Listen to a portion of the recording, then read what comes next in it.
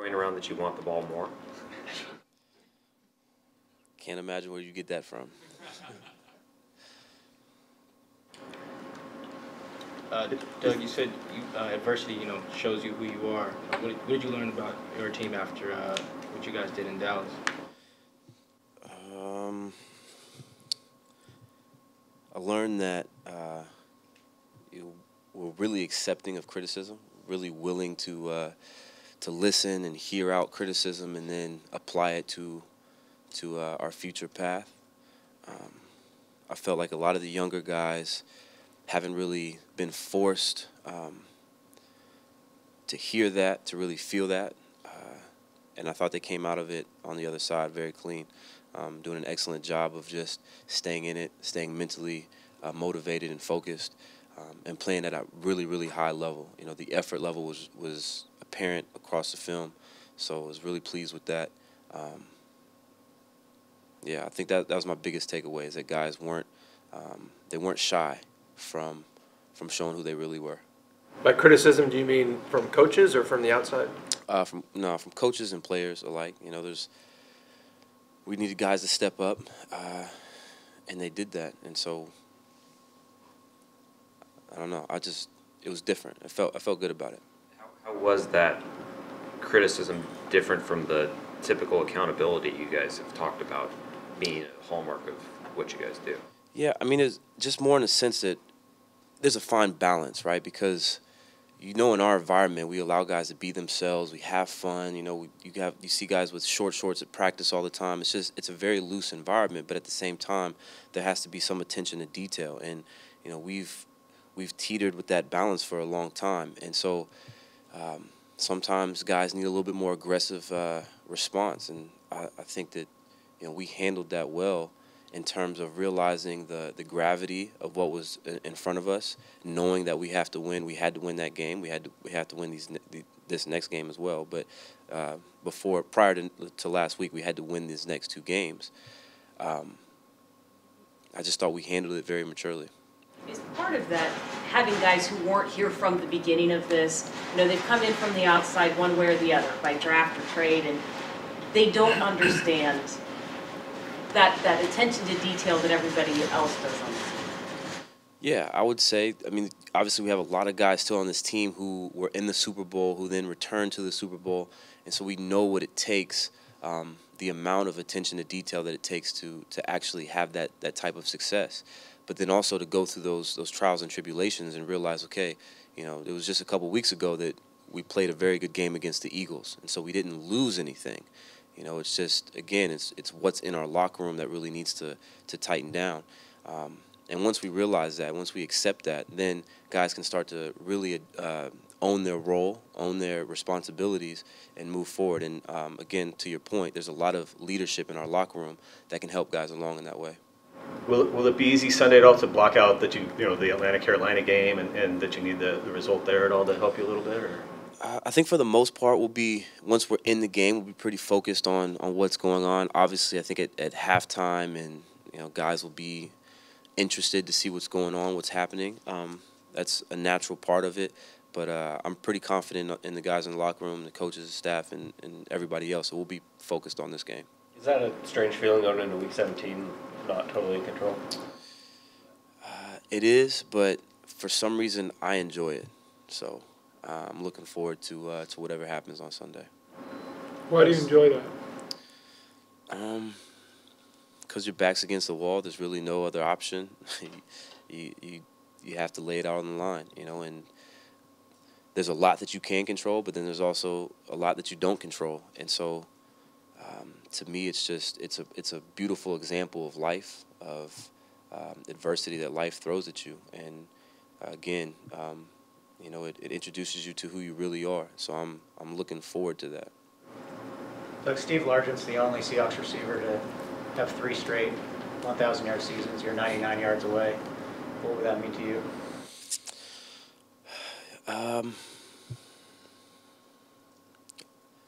Obviously, I would like to achieve that. That would be a great personal, individual achievement. Obviously, being in the same sentence as Steve Largent in any regard is an honor. However, I'm going to take the win however we can get it. That's what's most important. I know Steve personally, and I know he would take a lot. He would give a lot back if he could have a Super Bowl. And so, just in that same mindset and that same emotional response, I'd much rather get back to winning a ring than having individual stats. When you guys have played well against Arizona offensively, what have you done well? I mean, what's kind of been the difference of these games? But so really different games here. Games you've really scored a ton of points and a ton of yards, and some games when you haven't. I mean, to your point, it goes a number of different ways every time we play them. So, for me personally, for the receiving core, passing game wise, we have a good breadth of knowledge about what they're trying to do towards us. Sometimes they'll come into the game and they'll play a lot of man, and we have a lot of one-on-one receivers that are pretty decent against one-on-one coverage, and so we look forward to those matchups. But the thing about Arizona is that they have great defenders. Patrick Peterson obviously leading the way. It's always a great matchup for us, and so again, it can go either way. But we're looking forward to that matchup, obviously knowing them so well. Doug, is it simply a matter of detail that you were talking about in terms of looking at this offense in games in which you guys struggled, and in games in which you light it up? Simple as that, or how do you explain? Well, no, I mean, it's multifaceted, obviously, because you're playing against an opposing defense who can do a number of different things in terms of coverages, matchups, blitz packages, whatever it may be. That also factors in. But, yeah, essentially when it comes down to it, we don't control that. We only control what we can do. And there's a number of plays, situations that I thought this year we weren't on the details as well as we should have been, which just comes with growing pains, having new guys, having younger guys, and transitioning. So it's part of it. But I think it was a great challenge for us throughout the course of the year. It's only going to make us stronger in the future. The touchdown that you had a pretty nice release on that one. How big of a part of your game is that? Huge. More so than maybe other receivers? I don't know. Honestly, my release at the line of scrimmage is my bread and butter. That's what I hang my hat on. That's what I look forward to when guys press me, when we play when defenses play man to man. That's when I'm at my best. So. Yeah, I don't know for other receivers if that's the same scenario or the same case, but for me that's my wheelhouse. Doug, last week we saw Earl and Bobby kind of going back and forth, and Earl had that comments to Garrett on Sunday. There's always something with this team, but it never really seems to affect your guys' play on the field.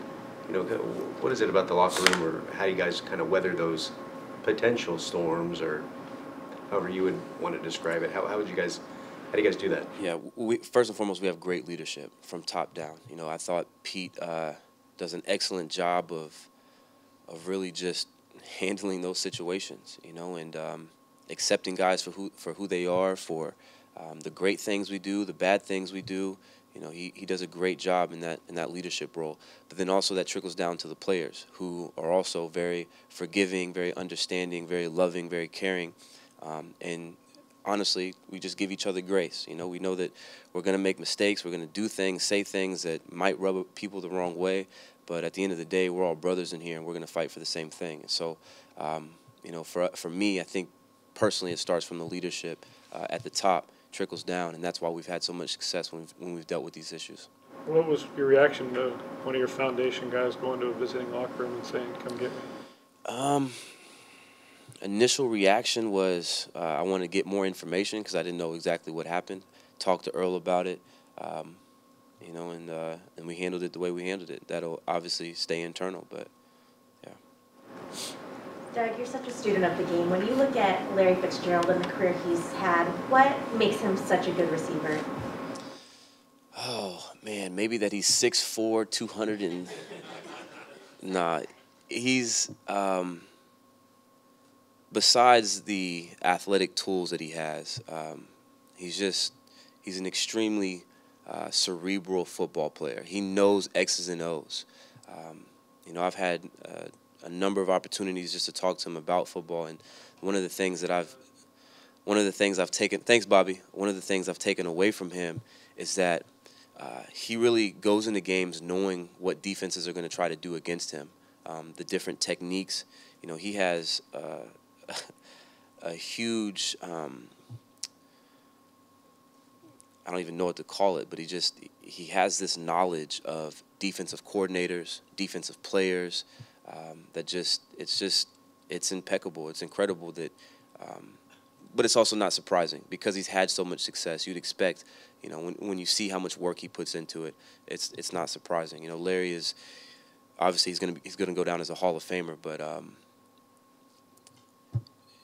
I really can't say enough about the man because I mean he's old as dirt, and he's still playing at an extremely high level. So, you know, he's just a professional through and through. Earlier this year, Sherm said the first time he played against Larry Fitzgerald, it was the biggest kind of eye-opening growth experience in a game that he has ever had, just in watching how he does that. I know it's different, and you just talked about his breadth of knowledge, but was there a big learning moment the first time you saw him in person? Absolutely, because, yeah, you see, I mean, he's just a figure, right? It's Larry Fitzgerald. I remember playing Madden with him on the cover. So it's one of those situations where you look at a guy who, you know nothing about prior to meeting him, but then once you meet him, you realize how much he really loves the sport, how much he puts into it, how dedicated like I said, how much of a professional he is.